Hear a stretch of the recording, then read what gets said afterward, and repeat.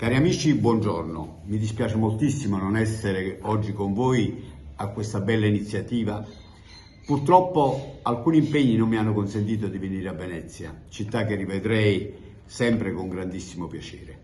Oltretutto il tema che trattate in questi 3 giorni di lavoro, come ben sa l'amico Zanon, che saluto cordialmente insieme con il presidente Martin e con le istituzioni presenti, è molto caro a tutto il sistema camerale.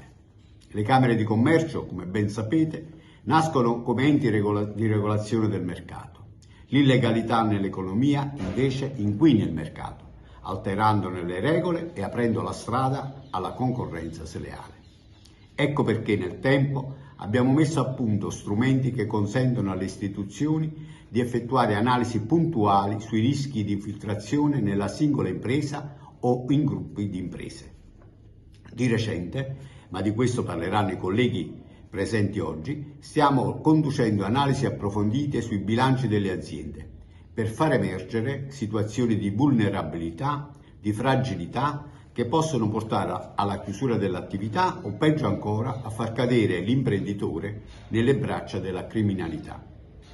Dall'analisi che abbiamo fatto su 2.200.000 bilanci emerge che le società che mostrano un eccessivo indebitamento sono il 7,1%, non poche quindi. Il sistema camerale, tra l'altro, attraverso la composizione negoziata, oggi consente all'impresa e ai suoi fornitori di trovare un accordo con l'aiuto di un esperto. Un altro dei cambi di azione del sistema è quello delle aziende confiscate. Su questo fronte sono stati realizzati diversi progetti diretti a far conoscere le aziende sottoposte a confisca.